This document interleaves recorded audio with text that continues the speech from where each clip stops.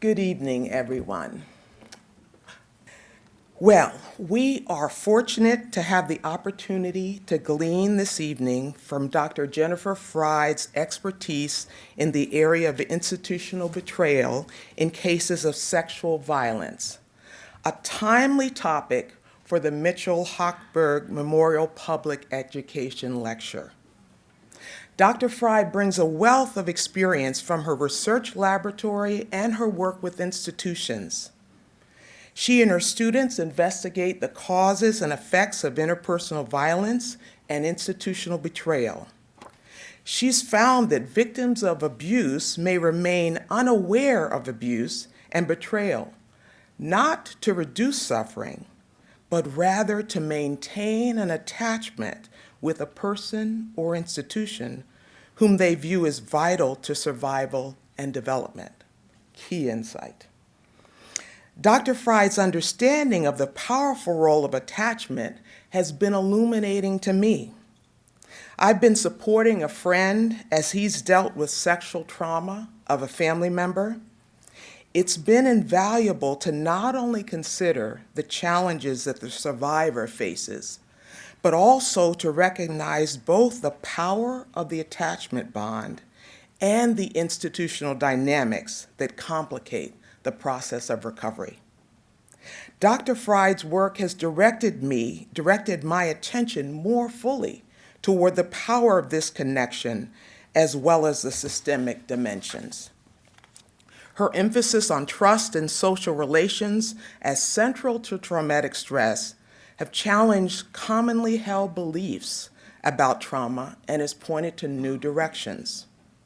Her current projects include studies of betrayal trauma as it relates to child abuse, domestic violence, campus sexual violence, minority discrimination, gender and sexual orientation, and physical and mental health distress.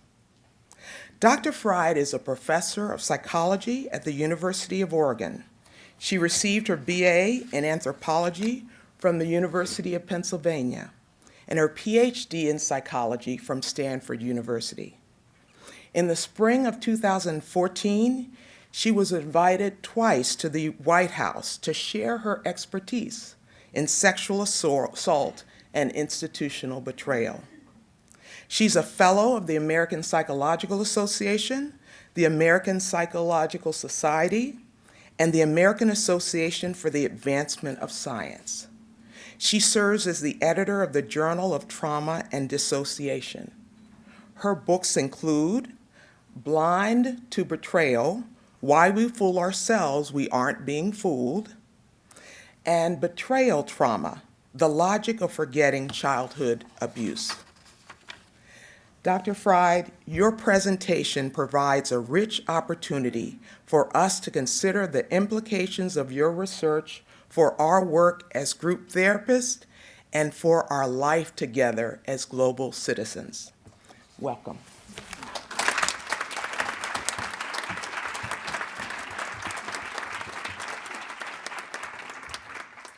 Thank you so much for that very kind introduction and for inviting me here. And thank all of you for attending this talk. I feel extremely honored to have been invited to come here and very excited to tell you about some of the work that we're doing in my laboratory and in collaboration with others in other places as well.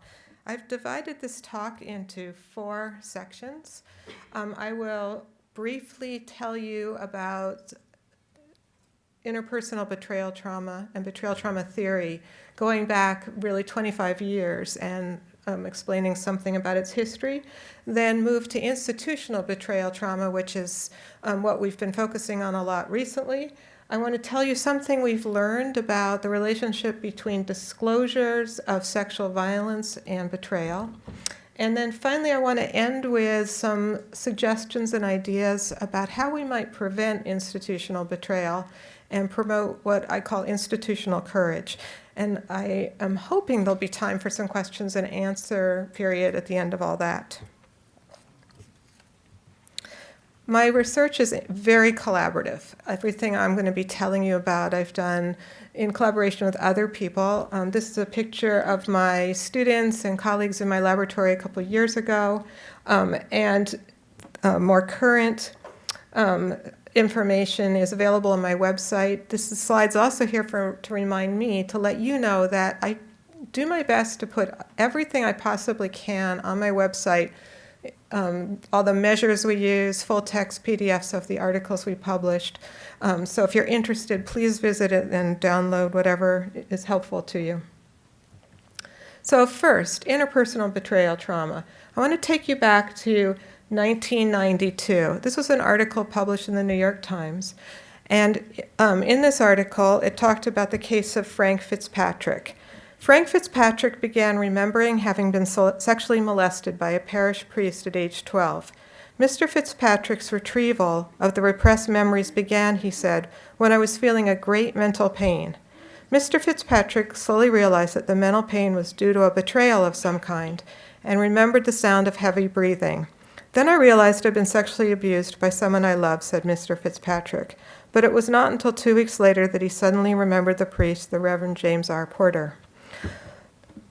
This story and stories like it were getting quite a bit of press attention in the end of the 80s and early 90s.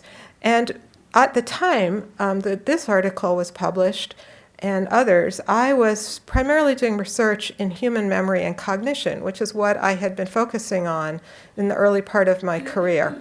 And I realized that nothing I had learned in school had exactly introduced me to a phenomenon such as this or provided me with answers as to how and why people might forget and remember something seemingly so important. And so in 1991, I really started to grapple with what seemed an incredibly interesting question and also one that touched me personally in various ways. And that question was, how and why would individuals remain unaware of or forget traumas they'd experienced? And as I thought about it, I realized a very closely related and important question was, why are some traumas forgotten and not others? And I began to develop an answer to this, and I really focused on two aspects of the question. One was how, the mechanisms, the cognitive mechanisms involved, and the other was why. Why would we do this? It ran counter to everything I understood about the purpose of memory. I'm not going to tell you about where I went with how, because it really wasn't the most interesting part of the puzzle. In fact, there are many ways we forget all the time, and we have many mechanisms to remember, and any one of them can break down and we can forget. And in fact, we know that when people do forget things, including whole events, there are a host of different ways that forgetting can occur, and the memory retrieval can subsequently occur. So in some sense, the answer is we always knew about forgetting and remembering. What we didn't know is why we would forget something so important. And this gets to the core of betrayal trauma theory and has guided all the work that we've been doing, including on institutional betrayal. And here's the idea. So it really starts with two observations about human beings. One is that we are sensitive to betrayal. In fact, we're exquisitely sensitive to betrayal. And there's a very good reason for this. We are a very social species. We constantly are engaging in deals with other people and other systems all day long. We are aware of these as formal contracts when we sign a piece of paper, so a marriage contract or purchasing a house. But in fact, most of the time, these are informal contracts where we have an assumption that if I do this for you, you will do that for me. And every time we have such a contract, we are at risk of being betrayed, because these fundamentally depend on trust, that I'll give you something for some other thing you've given me. And when we get betrayed, it's very costly to us. So it would make complete sense we would be sensitive to betrayal so that we could take protective action. We would, under most circumstances when we're empowered, respond to betrayal in one of two ways. We'll withdraw from the person so we don't go back to that store, that partner, and thereby protect ourselves from future betrayal, or we confront and we say, you did this, that wasn't right, now you need to correct it, you need to make it right. These are metaphorically like fight and flight when we are in a threat situation.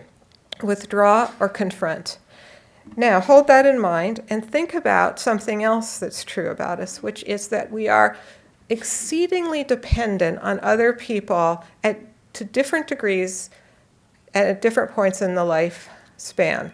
Our dependence is extreme in infancy. We are born very premature in a biological sense. We can't do anything as a brand new infant, and we depend entirely on the caregiving of the adults around us, typically parents. That dependence is so extreme that it means that the caregiver is giving an enormous amount of resources to the dependent other. And we're not the only creatures that have this going on, of course. Most mammals do, and certainly the other primates do. And nature has given us some mechanism to protect us in this situation, which is the attachment system. The attachment system is hardwired, it's evolved, and it ensures that caregivers are motivated to give resources to the dependent other. But this system depends upon a human relationship, or in the case of animals, a creature relationship. And the relationship is a give-take relationship in both directions. There's reciprocity in this relationship. That baby is reinforcing the adult by making eye contact, by smiling, probably by making adorable cooing sounds. An infant who can't do that is in trouble. If an infant can't smile by 5 or 6 weeks, things start to get sketchy. If an infant can't smile by 3 weeks, by 3 months, that infant's really in trouble. Because without that reinforcement, it is really hard to keep giving those resources. It's a crazy amount of resources, as you know if you've been a parent. You would need something intensely rewarding, and we find that intensely rewarding if it's working properly. Okay, that relationship we experience as one of love. We don't say, oh, I have this biological attachment to you. We say, I love you. And both of these beings love in this situation. Now, the behavior of love is, when all is going well, is approach. It's engagement. It is the opposite of withdrawal and confrontation. And here's the problem. If the caregiver is the betrayer, the normal response to betrayal, the empowered response to betrayal, may be too dangerous. Because if the caregiver is the betrayer and the response is to withdraw or confront, but you have no power, you're likely to only make your situation more precarious. If that baby withdraws, not only will the baby perhaps avoid the next moment of betrayal, the baby will probably avoid being kept alive. So it's just not possible, in the theory goes, in an extreme dependence situation to have the otherwise adaptive awareness of betrayal. And so in that way, this attachment system trumps betrayal detection. Now, this is a theory, and it can be tested to some extent, and that's really what my students and I set out to do through the 90s and to this day.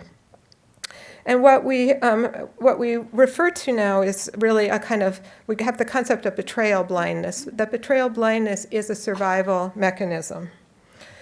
One of the implications of this theory is to really think about traumatic stress somewhat differently than historically it was thought about. So traumatic stress grew as a field, grew out of the wars, veterans coming back. And the focus was really on the terrorizing, fear-inducing elements of events that led to distress and long-lasting challenges. And indeed, there is a biology of fear, a psychology of fear. It is truly the case that extremely terrorizing events can be associated with challenges afterwards. But betrayal trauma theory really highlights a quite different dimension that is somewhat independent of how terrorizing an event is. And that dimension is how much social betrayal is in an event. And events can vary in both how terrorizing and how much betrayal is there. And I believe that as soon as you have quite a bit of terror or quite a bit of betrayal, you're probably in the realm of trauma. But these different dimensions may lead to somewhat different reactions. So betrayal blindness, the unawareness, the forgetting would be associated primarily with betrayal. And so we set out to test this theory in studies. So one of the first predictions we made was that we would have see an effect of memory such that child abuse perpetrated by a caregiver will lead to more forgetting than will abuse perpetrated by a non-caregiver. And in all of our studies, we try in one way or another to hold constant the aspects of an event that are independent of betrayal. So if it's a terrorizing event, we want to compare high betrayal and low betrayal while holding somewhat constant how terrifying it is. And in one of our studies, we measured people's experiences with child abuse by asking them using a very detailed questionnaire about experiences they might have had, avoiding always words like abuse and rape and incest and such words that people will reject right away, and describing events. And then we asked them about their memory for these events over time, and as well as who the perpetrator was. And what we see here is that for childhood abuse perpetrated by a caregiver, which is the taller, darker bars, we see more memory impairment, which is a measure of forgetting here, than when similar abuse is perpetrated by a non-caregiver. And there's now been a number of studies pointing to this same pattern, which was consistent with what we had predicted. I'm going to now summarize quite a bit of research, in fact, 20 years of research, because after we did the first studies on memory, we wondered about other symptoms that are associated with trauma, and we started a journey that we are still on, but have by now discovered quite a bit, as have people in other research labs. And what we have found is that controlling for the elements of trauma that are not betrayal, like how scary something is, and measuring the impact of betrayal itself, that it is associated with a lot of negative outcomes. So symptoms of depression, anxiety, dissociation, shame, PTSD, physical illness, borderline personality disorder, features, hallucinations, self-harm, problematic substance use, re-victimization, which is particularly concerning because people who are traumatized in childhood by betrayal are more at risk for later betrayal trauma. And we've also found a really quite pronounced gender effect in that girls and women are more likely to be exposed to betrayal trauma. We see no evidence that there's a gender effect on how people respond to betrayal trauma.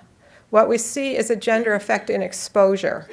And we, although most of the research to date has been done in North American samples, we now do have a number of samples that are from very different populations and are showing the same gender effect, and including different racial and ethnic groups. So that's a snapshot, really, of what we have been doing on the interpersonal betrayal. And now I'm going to tell you about some of our newer work on institutional betrayal, and hopefully you'll see the same kind of theme carrying through. So all along, I suspected that betrayal could occur at larger levels than the individual, and you might have noticed that when that first graph had Holocaust as a potential betrayal trauma. But we had no systematic data on systemic betrayal until relatively recently. And the question was really, can betrayal trauma occur on institutional and societal levels? And it seemed to us that probably it could, that candidates could be everything from very overt kinds of betrayal, like oppressive policies, genocide, as well as betrayals that may occur in somewhat more limited circumstances by government, schools, churches, hospitals, police, etc. We wondered about blindness for betrayal when the betrayal was caused by an institution. And here an interesting element is the attachment system, because remember, betrayal trauma theory really has its roots in the idea that attachment is what's driving the need to suppress betrayal information. And it occurred to us that we may see a similar dynamic with institutions because of how people relate to institutions. Institutions are not people. They're made up of people, but they are not themselves people. But we often respond to institutions as if they are kind of people-like. So we have love for institutions. Almost everyone has love for at least one institution. You may love your country. You may love your school, your church, your professional association. And if you feel that love, you may be in a situation in the right ballpark. Now, if you add to that dependence, so you need to be protected by your government. You need that job that your employer is giving you, or the degree your school is promising you, or so on. You are especially in this space of where you may have a very good implicit reason to not see a betrayal in order to keep your relationship maintained in this system. So the question is, would we see that in a systematic way? So Carly Smith was a graduate student of mine. She's now an assistant professor at Penn State. But I really credit her with getting this research off the ground. She came to the University of Oregon, and she said she wanted to study institutional betrayal. She wanted to get a measure of it, and we didn't have a measure. We started by, first of all, defining what we meant, and we realized we had a very broad concept of institutional betrayal, that it's really just institutions harming those dependent on the institution. And importantly, that it could include not only overt acts, but also the failure to protect. And I think failure to protect is really important when it comes to institutions, because that's often what we look to institutions for, is protection.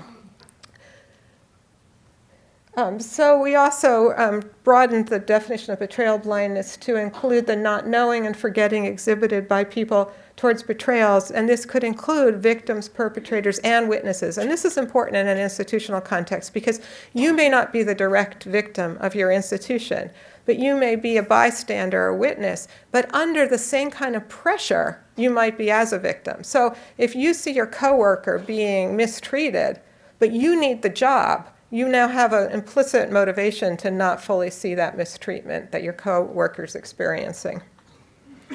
So we wanted to do a study at the time. Carly Smith came in 2010, and we wanted to do a study on military sexual trauma. And the reason was there was a lot of press interest in it, and it seemed to fit the bill exactly. Because veterans were saying that they went to the military, got sexually assaulted in the military, that was bad, but what was worse, they were saying, was when they tried to report it, deal with it. They were describing being more harmed by the institution. So we thought military sexual trauma would be a good place to start our research. We quickly discovered that the US military was not keen on giving us a sample, not of active duty members. So Carly Smith had a deadline of a first-year project, and she said, well, what if we do the study on the college campus? Now, this was 2010, before it had become a national conversation to talk about campus sexual assault. And I have to confess, my first reaction to this was, well, I don't know. You know, I've been hearing these stories, but I think they're really the exception. Because military, that's sort of a scary place, but college, that's a warm, fuzzy place. And everybody who works in a college loves students. So, I mean, it's going to be pretty rare. But it was quite logical to do the study for the first year there, and I said, okay, we'll do that. And of course, I was proven wrong about the scope of the problem. So in order to do this study, we needed to figure out what we were going to measure, and we did a pretty simple initial study. We measured exposure to sexual assault using a standard scale that produces a continuous measure in some sense from no sexual assault to lots of experience with sexual assault. We looked at trauma symptoms and used a standard measure, the trauma symptom checklist, but we had to make up a new measure for institutional betrayal. And what we did was we made up a checklist where people would just say, if they had had an experience of sexual assault in an institutional context, we would then ask them about their experiences with the institution. And we never asked them, were you betrayed, any more than we asked people, were you raped? We describe events that constitute that experience. And so we had a number of events, and here are some of them. Not taking proactive steps to prevent this type of experience, all the way to punishing you in some way for this experience. Well, what did we find? We found, first of all, as many, many researchers for a long time, high rates of lifetime sexual assault in our college sample. And we also found that trauma symptoms were related to sexual assault. This is replicating well-known effects. What was new was that 40% of those reporting sexual assault also did indicate institutional betrayal.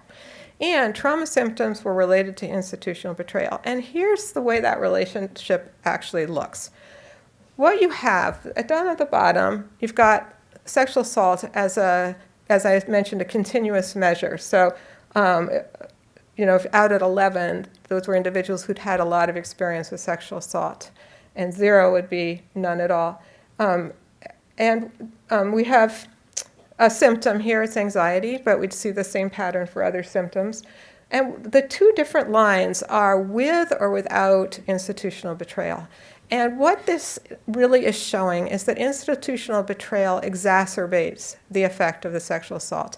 It is value added, only it's negative value added. It is making things worse, above and beyond sexual assault. And this is institutional behavior. This is what the institution's doing, not the sexual assault itself. We have replicated this basic finding now in a lot of other samples.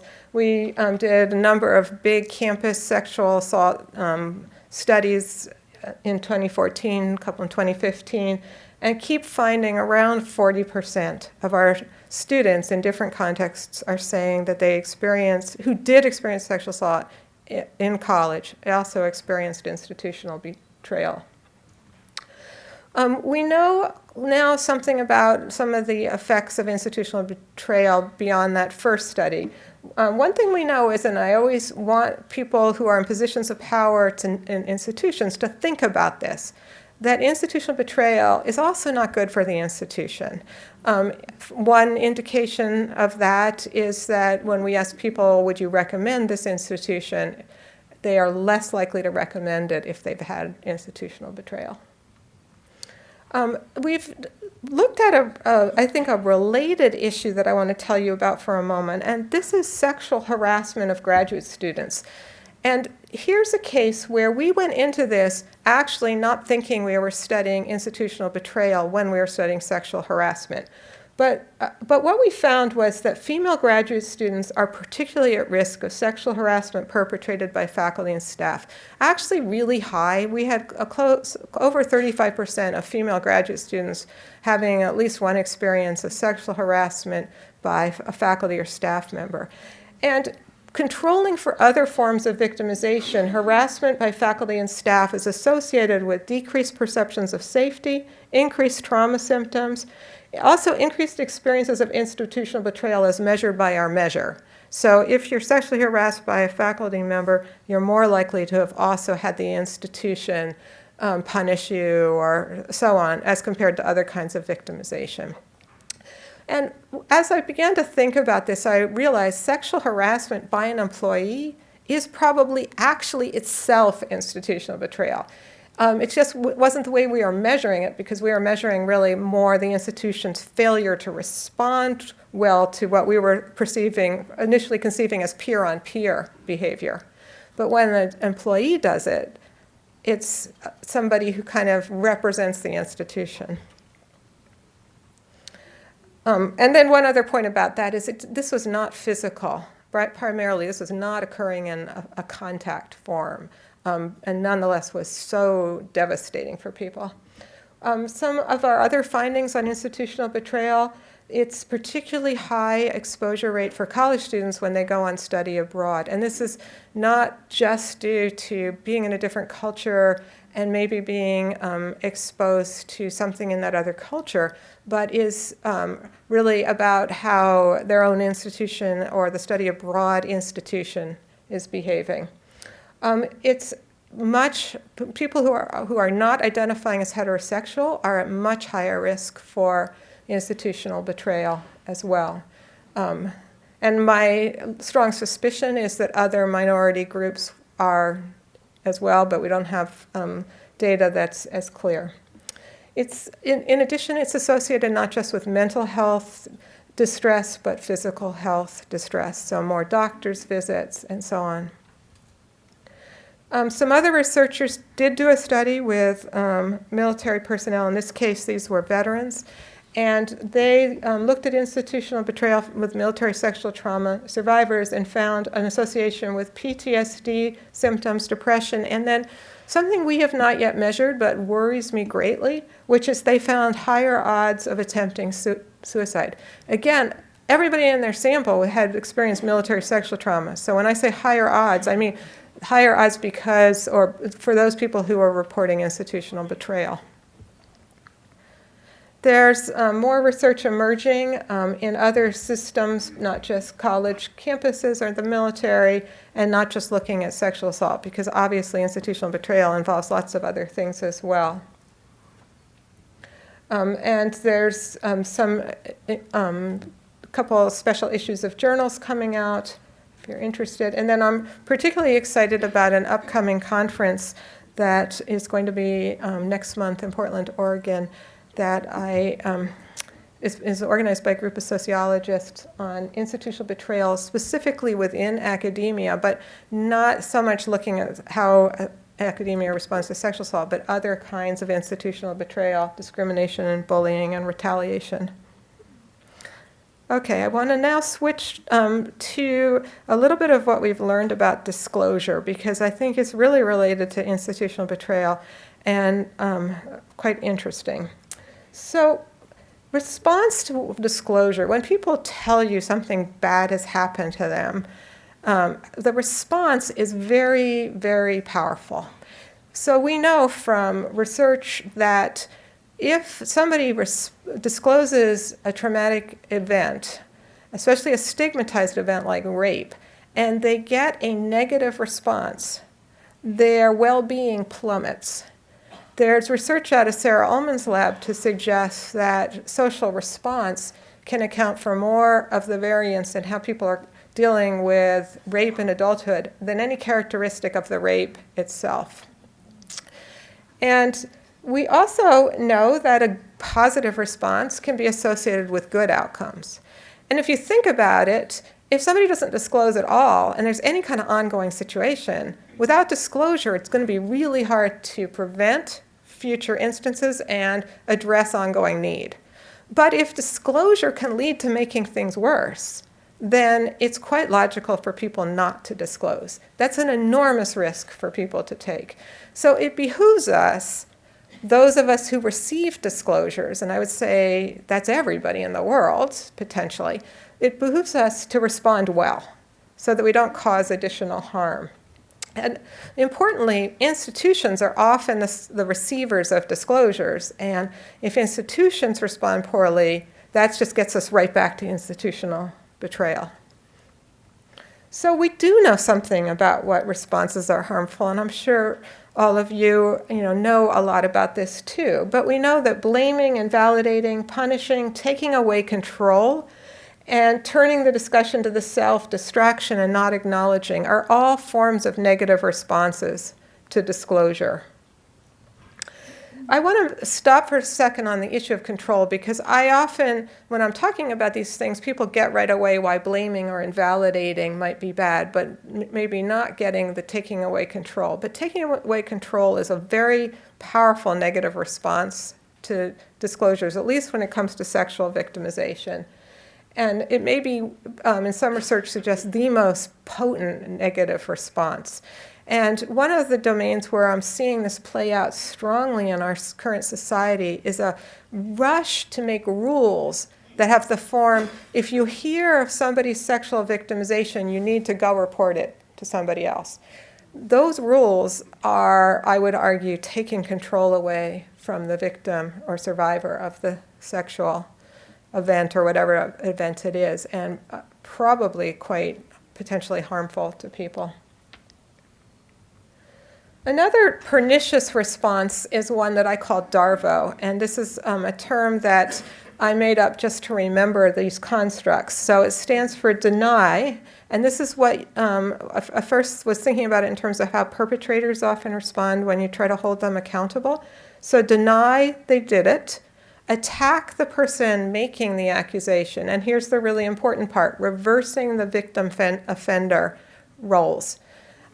So the perpetrator, let me give you an example.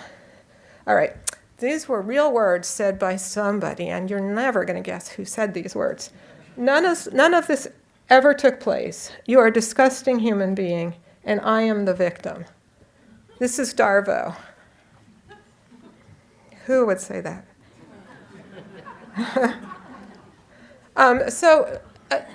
This is also an idea I had for a long time, but without data until recently.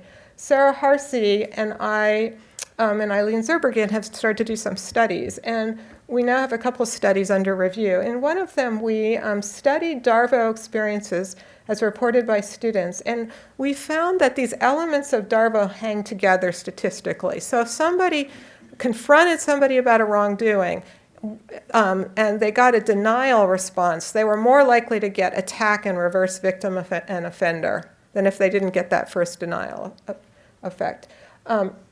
Also, DARVO responses are more commonly experienced by women, at least in our initial studies. And this is what's really scary to me. It's associated with self-blame, suggesting this is a perpetrator tactic that's effective. One of the ways it might be particularly effective gets us back to shutting people up, because self-blame itself in separate research has been found to be associated with non-disclosure. And so if you can get somebody to blame themselves, they're probably less likely to tell other people. And if DARVO gets them to blame themselves, then power to you. Another thing we have found is really speaks to bystanders and witnesses. We've been doing some vignette studies where these are experiments where we give people different vignettes, controlling for all sorts of factors. And one dimension we vary is these are vignettes involving a domestic violence situation. We have the victim's perspective and the perpetrator's perspective. We hold constant the victim's perspective, except varying gender systematically, but the victim describes an event, and then the perpetrator describes the same event. And we can vary whether that perpetrator indulges in DARVO or not. And what we have found is that when people then read these and rate the believability of the victim, whether the victim is responsible for the incident, and whether the victim is seen as abusive, DARVO increases the sense of responsibility, the victim's responsibility, and the abusiveness of the victim. And it decreases the perpetrator's abusiveness and makes the perpetrator less responsible. This is really scary because this suggests that DARVO is effective not only on the victim, but on people observing the situation. Now, I think we also have a hint that the DARVO response also makes the perpetrator look a little bit creepy in some ways. And that wouldn't surprise me because we know from research on what's been called social aggression that if you sabotage somebody, you can really hurt them, but it might also reflect poorly on you to some extent. The problem is that DARVO really does seem to lean in the direction right now of hurting the victim even more than the perpetrator. So a question that I have for our next research study is there something we can do to disrupt this? And so what we're going to try is a study where we actually educate people about DARVO, teach them how to recognize it, and vary that with a control condition and see if knowing about DARVO in any way reduces the effectiveness of it as a perpetrator strategy. I hope it does, because then it would open up the door for consciousness raising and calling it out and labeling it. Because, you know, we better find something to do. Okay, so there's good news, which is we actually can become better responders. And of course, all of you in mental health practice have learned quite a lot about how to be a good listener. But in our society in general, people don't learn this. People go to school and they learn about nutrition. They may even learn to wear a condom, but they do not learn how to respond well to somebody's disclosure. So a former student, Melissa Foynes, and I did some studies where we looked at people disclosing in real time. We videotaped them, we coded it.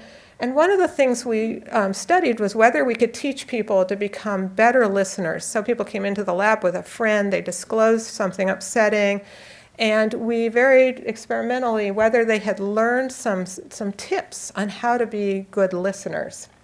And we are very pleased to find that people who had learned these tips on how to be a better listener, the interactions after that learning were better than if they had not learned these tips.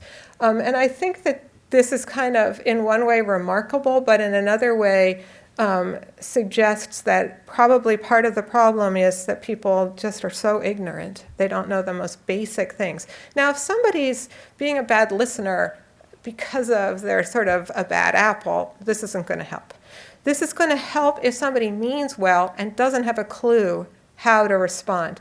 And part of it's probably all of us probably are somewhat going to be susceptible to being anxious when we hear somebody's disclosure, upsetting disclosure, and responding in ways to sort of manage our own anxiety. So some of this is really how to manage your own anxiety so you can be a good listener.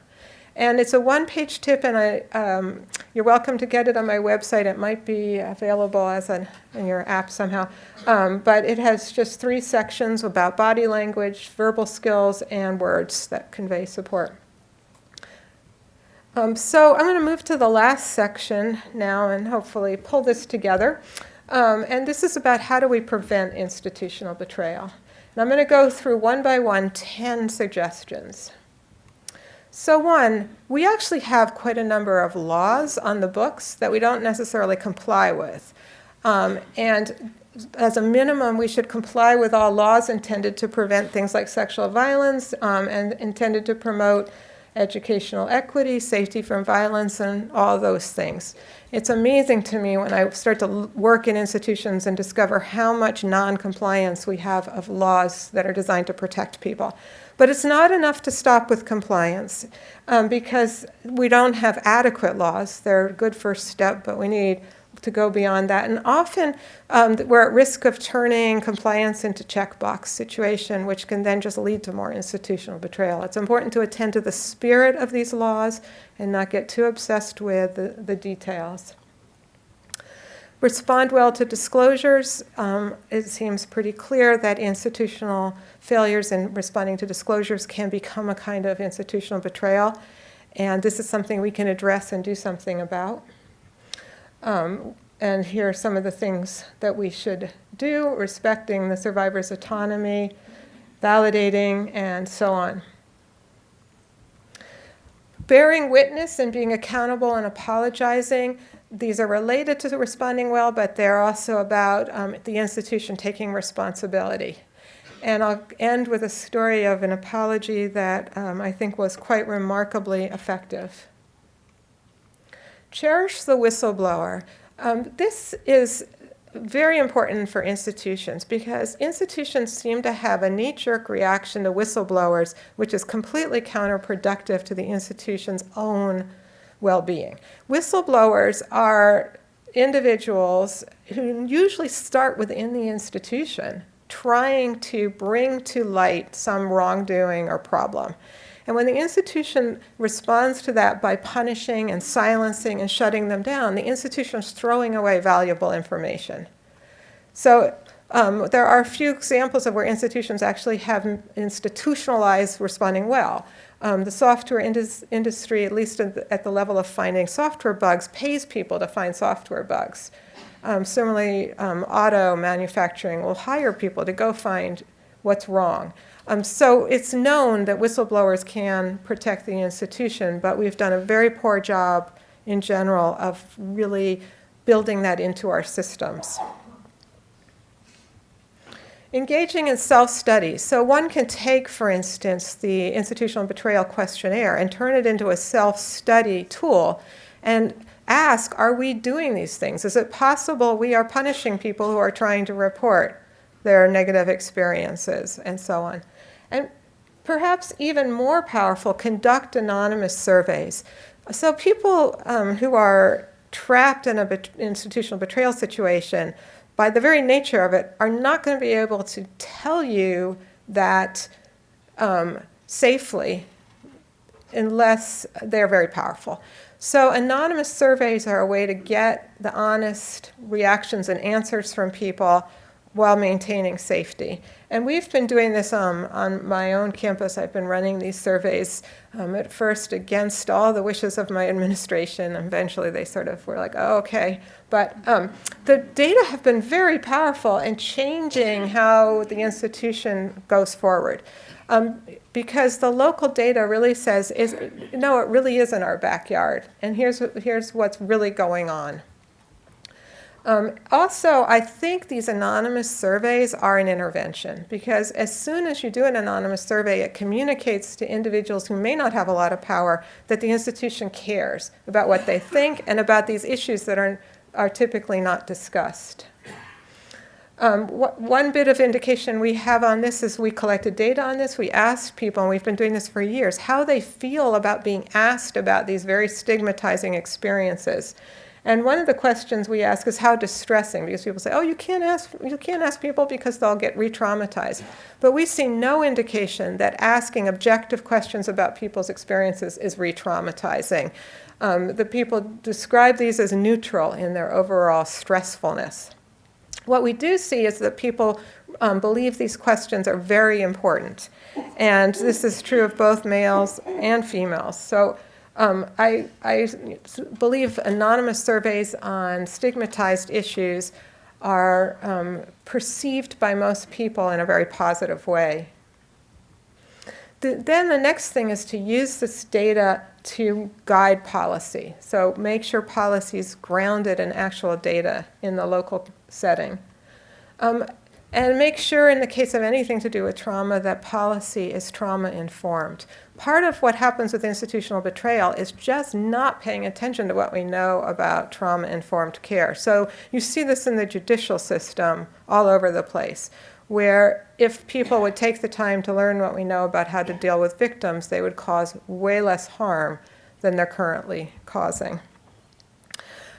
Be transparent. Sexual violence, betrayal, and corruption thrive in secrecy. And institutions that hide their processes, their policies, and so on are really playing right into that breeding ground for the bad stuff.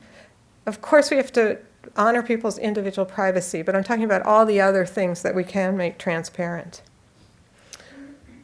This is really, for those of you who are connected with universities, really speaking to you in particular, it's really important that we do a better job of researching these issues, producing knowledge, and disseminating it. If you think about the costs to society of victimization and how little research we have relative to those costs compared to other costly problems, it's remarkable. It's like a factor of 100 in dollars we spend on other problems compared to victimization problems.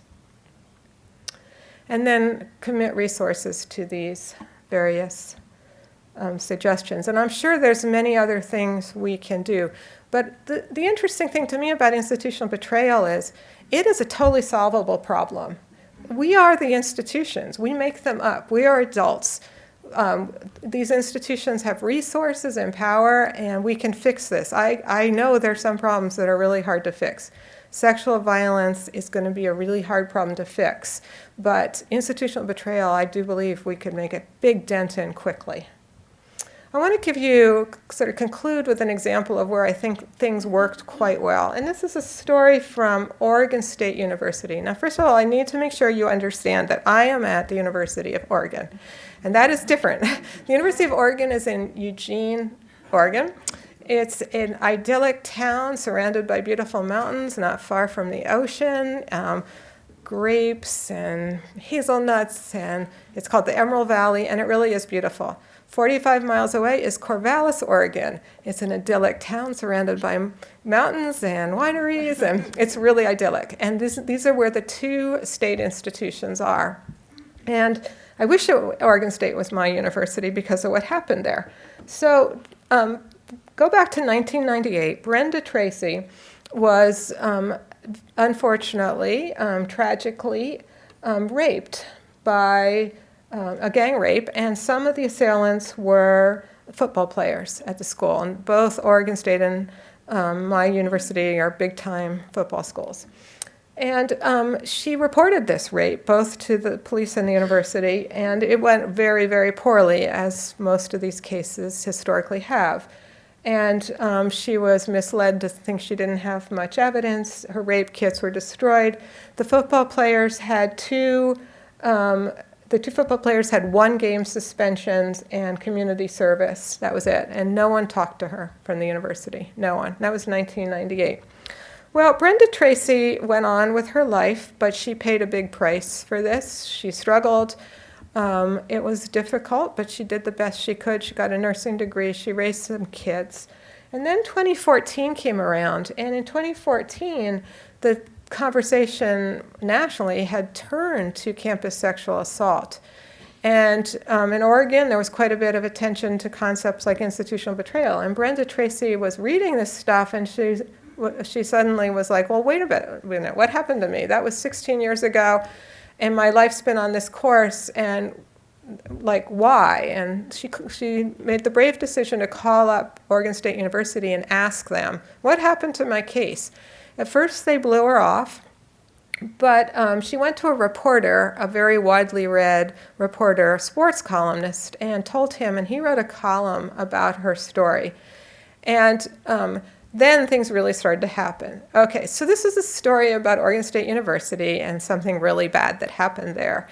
And you can imagine that the president of the university probably received dozens of copies of this right away. And this president, Ed Ray, did something very different from what most presidents do in that situation. Most presidents, when they get that kind of news, immediately work with their team to put up the defenses, right? But his reaction was very different. He felt really bad about it, and he initiated an investigation to find out what had happened. And then he met with Brenda Tracy and shared the results of that investigation with her. And he ended up writing to her an apology letter. And I just want to emphasize the power of apology. So he wrote, "Dear Brenda, Oregon State officials are very grateful that you took time to meet with us. We're so sorry for what you experienced in 1998 and have lived with since. What we have learned recently of your suffering is heartbreaking, and your bravery inspires us. We are also grateful to you for raising the public dialogue about the consequences of sexual violence in our society, and for raising a discussion of how society can better assist survivors of such violence. While we cannot undo this nightmare, we apologize to you for any failure on Oregon State University's part to better assist you in 1998. Now, I'm going to pause here and say, I know enough about universities, and I know enough about the wording of sentences like this to know that there were a lot of lawyers on that sentence.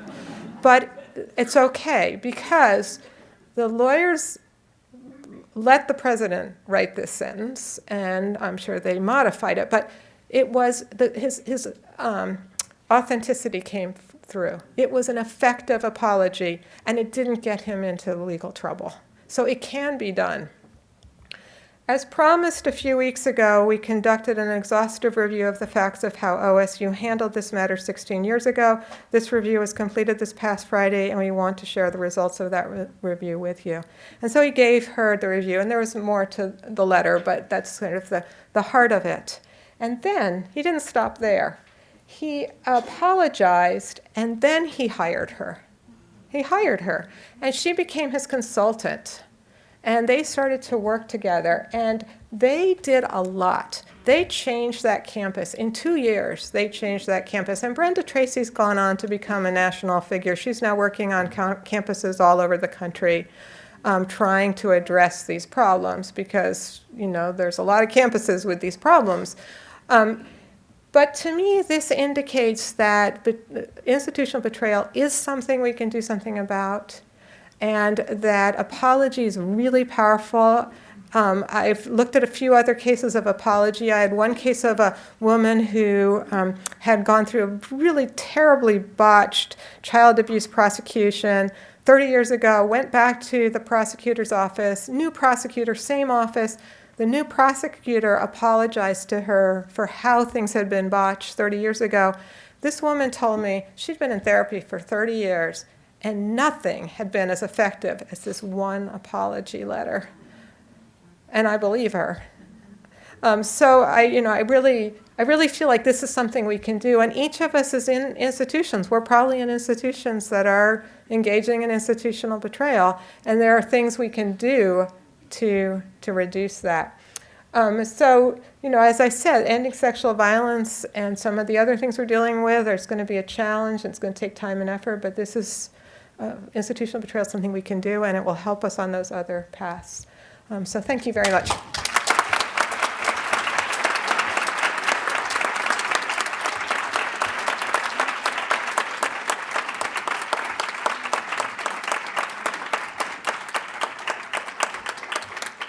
Yeah, I'm happy to take your questions. Go ahead. Hi, thank you so much for your talk. I subsequently spent last year working at a VA hospital with female veterans with military sexual trauma. And it's a very interesting dynamic of them receiving care at the same institution that has betrayed them. Mm-hmm. That is very complex. And most of them carried a personality disorder and were treated, in my mind, very harshly for that condition. And I think as mental health workers, if we consider ourselves an institution, I think that the way that we often collectively treat people with borderline personality disorder is a shame. Mm-hmm. I think it's disgusting. A borderline, et cetera. And so I guess I wanted to say that out loud and also just ask more about your research that relates to personality disorders, which you did mention. Yeah. So, what we looked at was borderline personality disorder features and how they relate to experiences of betrayal, trauma. As far as I can tell, basically all of the major mental health diagnostic categories that we've looked at are associated statistically with betrayal trauma exposure, and I imagine we'll see similar things with institutional betrayal. We haven't done as many studies. This is dangerous territory, but I imagine there is a whole form of institutional betrayal that occurs through diagnosis. And how we manage and we're in a situation that's really tricky because of the power of the insurance industry and people's ability to have access to mental health care if they're not diagnosed. But that still does leave some room for how we do diagnosis and how much we empower the client to be part of that process. And I agree with you, the personality disorders tend to be among the most stigmatized, and obviously borderline the most of those as well.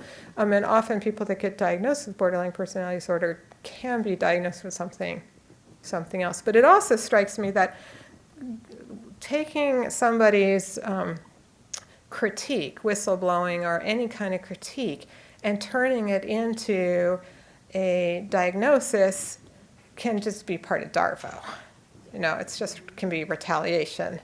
And so, and even if somebody is qualified for that diagnosis according to the stated criteria, it may be a quite separate matter from their particular behavior of raising an issue. Yeah. My name's David Hayes. I'm in the Navy, and I work at a large university as a therapist. The part about attachment as a foundation for betrayal therapy, when in any institution it becomes a matter of survival, the person who's been victimized, and then they report it, and the person they report it to feels their survival's at stake. And so there's this, can be this, it doesn't have to be, but inherent conflict over survival, Yeah. unless it's a pretty remarkable institution. Yeah. But there's a lot of training about reporting and how to do that carefully, but I don't see very much about resolving those conflicts that are, there's a kind of a superego moral of this is the wrong thing or right thing to do, but survival is far more visceral and Right. and how people would handle those kind of conflicts Yeah. in a resolution that would sort of lead to a healthier institution. Yeah. Do you have more research on that particular?